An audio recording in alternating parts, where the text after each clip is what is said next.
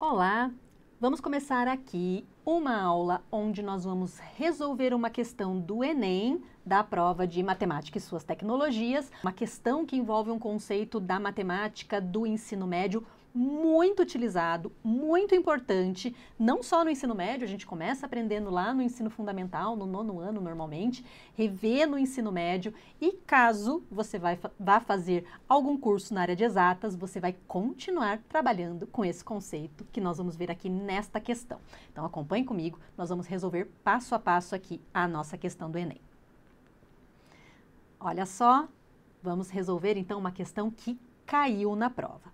E caiu na prova de 2024. Então, prova do Enem 2024, Matemática e suas tecnologias. Olha o que diz o enunciado dessa questão. As receitas anuais obtidas por uma indústria no período de 2014 a 2021, em R$ 1.000.000, foram registradas por pontos em um gráfico. Nosso gráfico está aqui, então todos esses pontos que você vê aqui no gráfico são os registros das receitas anuais obtidas por uma indústria qualquer de 2014 a 2021. Nele também está representada a reta que descreve a tendência de evolução das receitas. Então, essa reta que a gente vê aqui ajustada a esses pontos, então esse ajuste não é um ajuste qualquer, é um ajuste onde você tenta minimizar os erros, ou seja, onde a diferença, então os erros aqui do ponto original para o ponto onde está essa reta, eles foram calculados e pensados para que eu encontre essa reta de tendência. Essa reta, ela mostra então para mim a evolução dessa minha indústria com relação à receita. Então eu ajustei essa reta ali para 2014 até 2021, então usando as informações de 2014 até 2021, só que eu posso utilizar essa reta, e por isso que ela chama reta de tendência, para avaliar como que essa indústria vai continuar, então no caso aqui progredindo, né, com relação às suas receitas, porque eu tenho uma reta crescente ali no meu gráfico, e ela vai então continuar progredindo com as suas receitas para anos à frente. Então, por isso, né, que ela tem esse nome.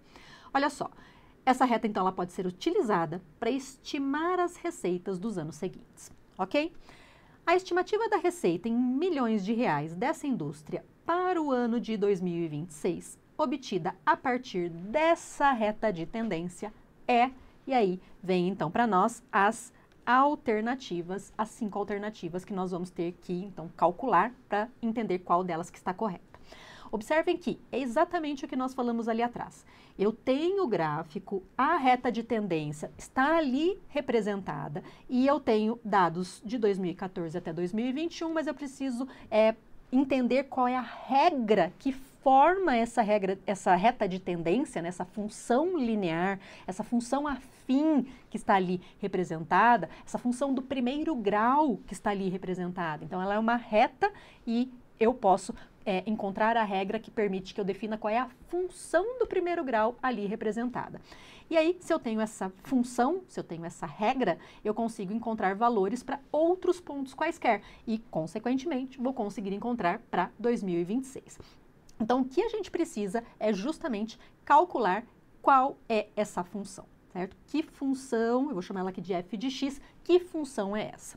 Olha só, então já vamos começar a dar nomes aqui para as estruturas que estão aqui no nosso gráfico. Então, perceba que eu chamei de f de x, né? Por quê? Porque como padrão, como de costume, nós chamamos ali o eixo horizontal de x, nós chamamos o eixo vertical de y. Então, é muito comum que você veja essa estrutura, esse plano, e você encontre que ele é chamado de plano cartesiano bidimensional ortogonal, ou simplesmente plano cartesiano.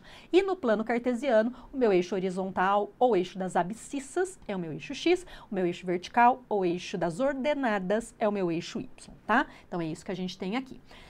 Em planos cartesianos bidimensionais, as coordenadas dos pontos têm, então, 2 coordenadas, a coordenada x e a coordenada y. Então, cada um desses pontos que nós temos aqui, então, mesmo os pontos que estão fora da reta, mas os pontos que eu posso identificar sobre a reta, eles vão ter coordenadas x, y, tá? Então, nós vamos usar, inclusive, essa informação para a gente chegar na equação da reta. O que mais que a gente sabe? Então, nós sabemos que, como eu falei, se eu tenho uma função do primeiro grau, eu posso escrevê-la assim, ou uma função afim, como ax mais b. E aí, nesse caso, eu preciso saber quem é o coeficiente angular dessa minha função e quem é o coeficiente linear dessa minha função. Então, eu posso utilizar essa estratégia. Ou eu posso trabalhar, a gente sabe que ali nós temos uma reta. E se eu conheço dois pontos de uma reta, eu consigo escrever a equação dessa reta. Então, eu posso dizer que isso pode ser escrito como y menos y1 igual a mx menos x1, que é a expressão para o cálculo de equação de uma reta, e o meu m, que é o meu coeficiente angular aqui também, ele vai ser calculado como y2 menos y1 sobre x2 menos x1, que é a variação que esses meus pontos vão, então, estar ali seguindo em relação à construção daquela reta. Então, cada um daqueles pontos vai seguir exatamente a mesma variação, e variação, né, de y em relação a x, e eu posso, inclusive, escrever isso, tá? Variação de y em relação a x, e é por ela que eu vou calcular, então, o coeficiente angular.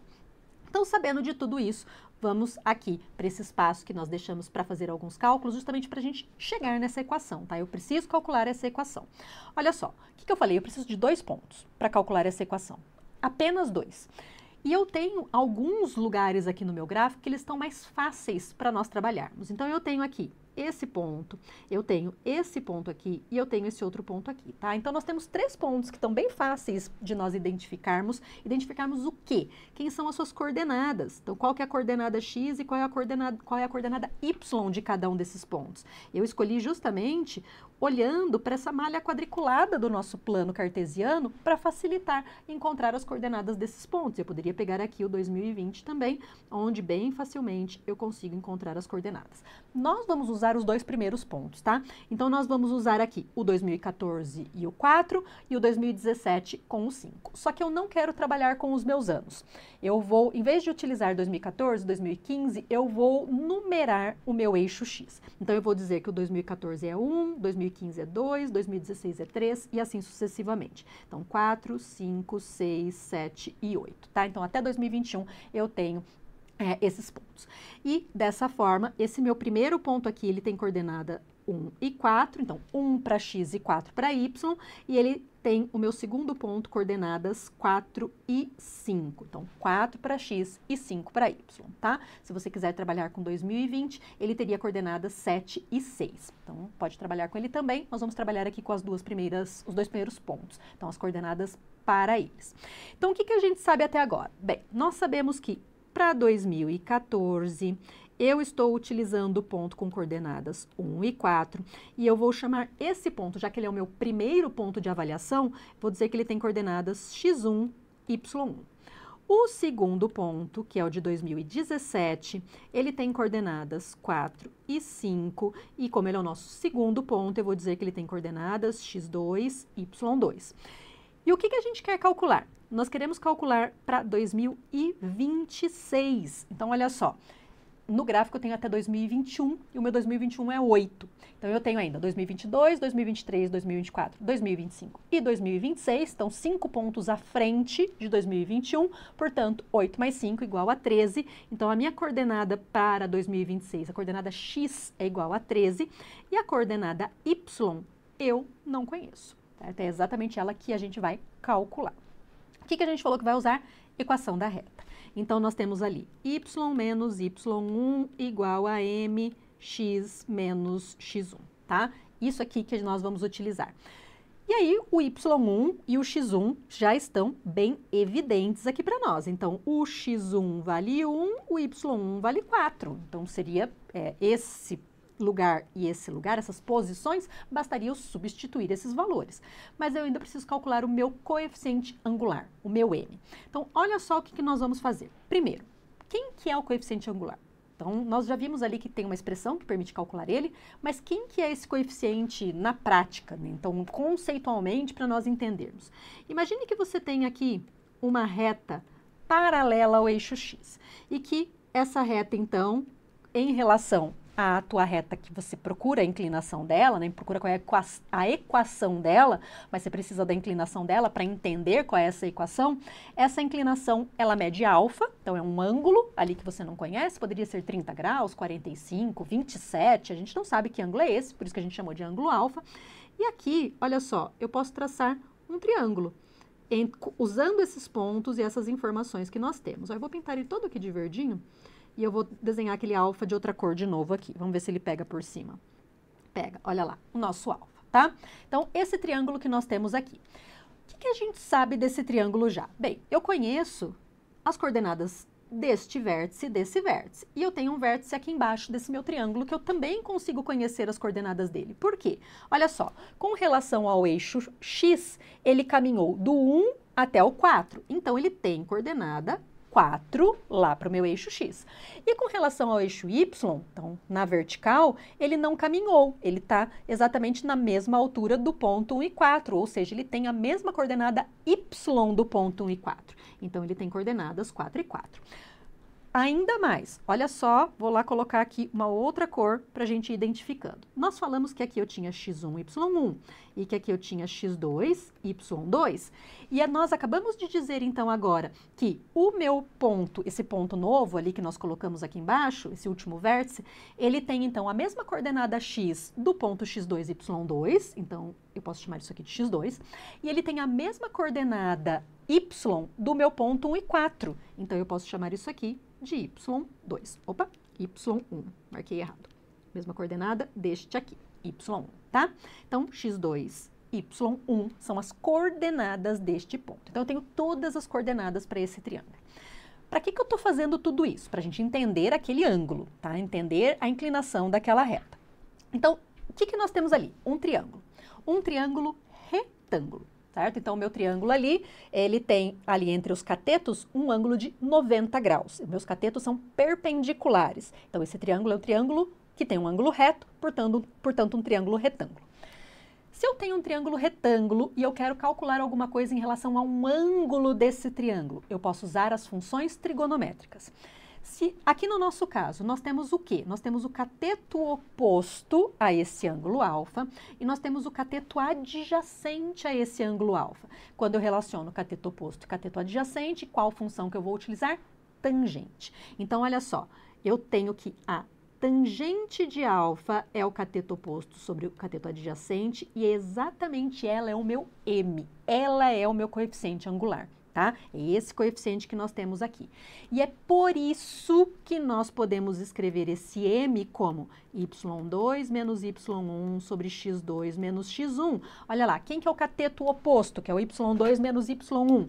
É justamente, deixa eu pegar aqui, vamos ver uma outra cor, vou pegar um verde mais escuro. Olha lá, meu cateto oposto é esta medida aqui, ó. E ela é a minha medida em relação a y. Então, eu tenho que pegar y2 menos y1, esse tamanho do meu cateto, tá? Então, por isso, y2 menos y1.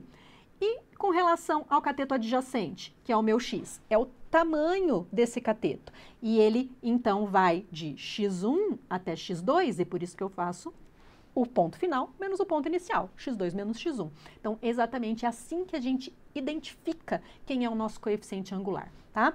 Então, a gente tem lá agora o nosso m. Mas olha só, y2, y1, x2, x1, nós conhecíamos todos esses valores, a gente já tinha esses valores.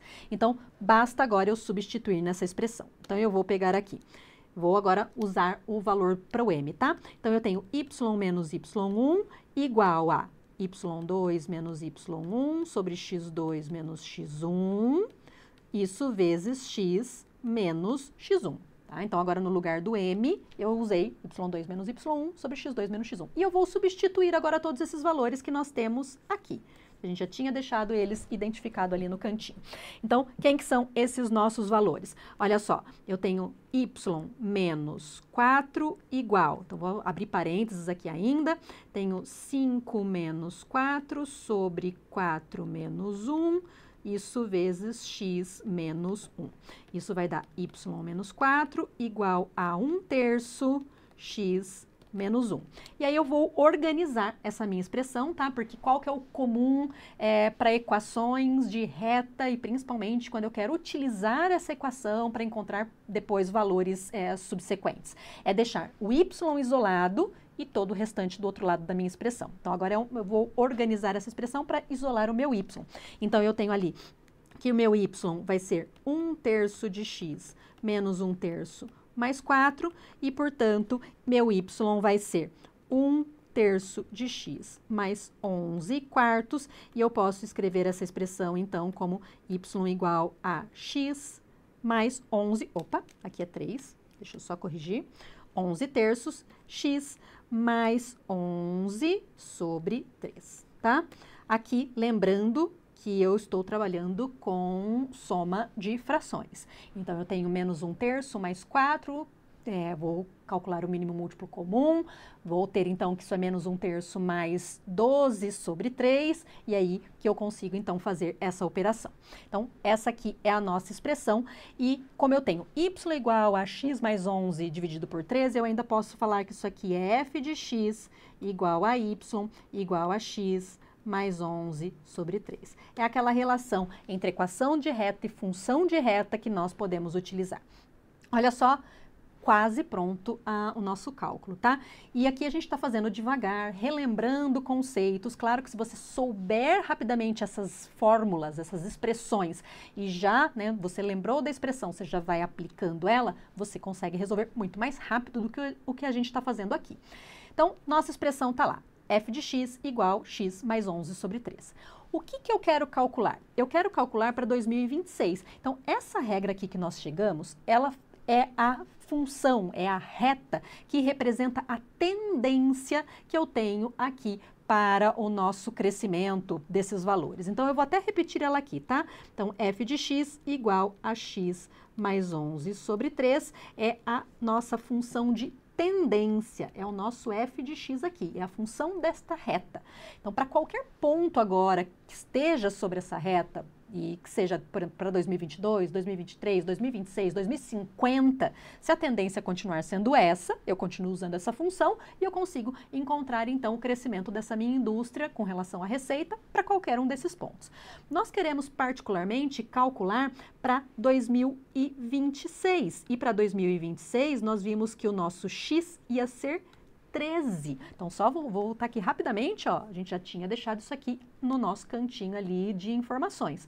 Então, nós queremos para um x igual a 13. Então, eu tenho que calcular o meu f de 13, e f de 13 vai ser o quê? 13 mais 11 sobre 3, portanto, 24 sobre 3, isso é igual a 8, tá? Então, para 2026, nós vamos ter ali aquele par de ordenadas ou de par de coordenadas para um ponto lá no nosso plano, que vai ser igual a 13 e 8. Só que o nosso 13 que nós usamos para representar justamente esse 2026, né? Então, a gente volta aqui para as alternativas e, com certeza, quando é perguntado, então, a estimativa da receita em R$ 1.000.000 dessa indústria para o ano de 2026, ela é, então, de 8 milhões de reais, tá? É a estimativa para essa indústria, porque a gente seguiu justamente a nossa função f de x, que representava a tendência de crescimento para essa indústria. Então, resolvemos a nossa questão do Enem. Vou voltar a repetir, tá? Então, a gente fez passo a passo, relembrando os conceitos, inclusive de como montar aquelas expressões, né? Algumas delas, né? Algumas daquelas expressões. Só que lá na prova, se você lembra dessas expressões rapidamente, você consegue, então, substituir os valores e resolver com bastante agilidade. Essa é a única forma de resolver? Não. Tá? Existem outras formas de resolver. Cada uma, em matemática, cada uma das questões que vocês vão ver ali na prova, vão existir 2 ou 3 maneiras de resolver. Essa é uma maneira que eu acho bastante rápida. Então, demorou um pouquinho porque a gente quis relembrar as fórmulas, mas ela é bem rápida para nós identificarmos 2 pontos da nossa reta, equação da reta, tá lá a nossa reta de tendência. Eu espero que você tenha gostado bastante aqui dessa nossa resolução. Acompanhe o A Prova para mais dicas, não só sobre o Enem, mas para que também você possa, principalmente na área de matemática, treinar bastante, bem preparado para as provas. Bons estudos!